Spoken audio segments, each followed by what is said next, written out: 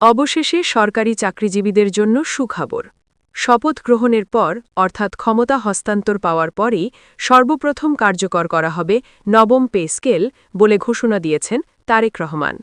আসসালামু আলাইকুম প্রিয় দর্শক, আপনারা যারা সরকারি চাকরিজীবী আছেন তাদের জন্য কিন্তু আজকের ভিডিওটা খুবই গুরুত্বপূর্ণ।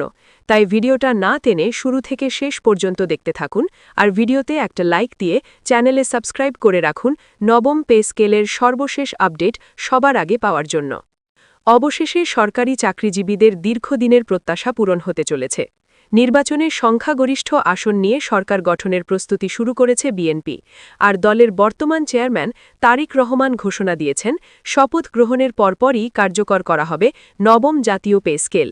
এই ঘোষণাকে কেন্দ্র করে প্রশাসন, সরকারি কর্মচারী ও রাজনৈতিক বিশ্লেষকরা শুরু করেছেন বিস্তারিত আলোচনা, যা দেশের অর্থনীতি ও প্রশাসনিক কাঠামো উভয় ক্ষেত্রেই গুরুত্বপূর্ণ প্রভাব ফেলতে পারে। সরকারি চাকরিজীবীরা দীর্ঘদিন ধরে ন্যায্য বেতন কাঠামোর জন্য আন্দোলন করে আসছেন। দ্রব্যমূল্যের ঊর্ধ্বগতি, বাসা ও শিক্ষা ব্যয়, চিকিৎসা খরচ সব মিলিয়ে মধ্যবিত্ত কর্মচারীদের ওপর চাপ ক্রমবর্ধমান। এই পরিস্থিতিতে নবম জাতীয় পে স্কেলের ঘোষণাকে তারা স্বাগত জানিয়েছেন। বিশেষ করে শিক্ষিত কর্মীরা মনে করছেন এটি শুধু বেতন বৃদ্ধি নয়, বরং সরকারি চাকরির পেশাগত মর্যাদা বৃদ্ধিরও একটি সুযোগ। তারেক রহমান শপথ গ্রহণের আগেই কর্মসূচি ঘোষণা করেছেন, যা প্রশাসনিক কর্মকর্তাদের মধ্যে ইতিবাচক সাড়া সৃষ্টি করেছে। তিনি বলেছেন, নতুন সরকার গঠনের সঙ্গে সঙ্গে আমরা নিশ্চিত করব যে সরকারি কর্মকর্তা-কর্মচারীদের বেতন কাঠামো সময়োপযোগী হবে এবং তাদের জীবনযাত্রার মান উন্নয়নে সহায়ক হবে। এই ঘোষণার পর থেকেই সরকারি ফোরাম, অফিসিয়াল সোশ্যাল মিডিয়া এবং কর্মচারী সমিতিগুলোতে শুরু হয়েছে উচ্ছ্বাস এবং বিশ্লেষণ। অর্থনীতি বিশ্লেষকদের মতে, নতুন পে স্কেল কার্যকর হলে সরকারের ব্যয় উল্লেখযোগ্যভাবে বৃদ্ধি পাবে, তবে এর ইতিবাচক প্রভাবও রয়েছে। বাজারে ক্রয় ক্ষমতা বাড়বে, ভোক্তা ব্যয় বৃদ্ধি পাবে এবং অর্থনীতির বিভিন্ন ক্ষেত্রেই চাঙা প্রভাব দেখা দেবে।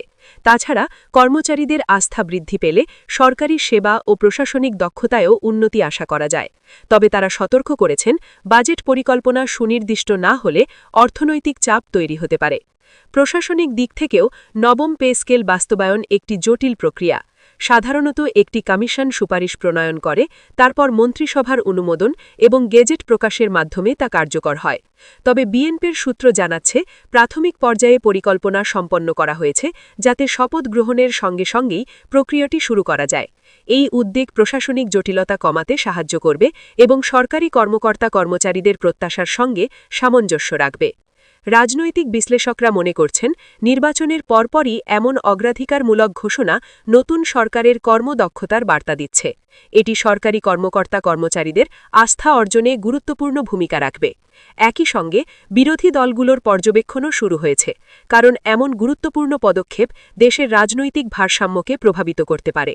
সরকারি কর্মচারীদের বিভিন্ন সংগঠন জানাচ্ছে, শুধু বেসিক বেতন বৃদ্ধি নয়, গ্রেড পুনর্বিন্যাস, টাইম স্কেল, সিলেকশন গ্রেড এবং পেনশন কাঠামোরও সংস্কারের প্রয়োজন। অনেকেই বলছেন, অতীতের অভিজ্ঞতা থেকে শিক্ষা নিয়ে এবার একটি টেকসই ও দীর্ঘমেয়াদী কাঠামো প্রণয়ন করা আবশ্যক। নবম জাতীয় পে স্কেল যদি সঠিকভাবে কার্যকর হয়, তবে এটি সরকারি চাকরিজীবীদের জীবনে দীর্ঘমেয়াদী ইতিবাচক প্রভাব ফেলবে।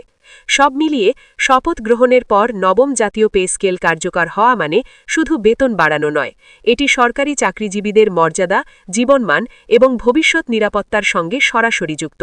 সরকারি কর্মকর্তারা এখন অপেক্ষায়, নতুন সরকারের প্রথম দিন থেকেই তারা কী পাবেন বহু প্রতীক্ষিত বেতন কাঠামোর বাস্তব রূপ। এই উত্তেজনা পুরো প্রশাসনিক ও রাজনৈতিক মহলে অনুভূত হচ্ছে।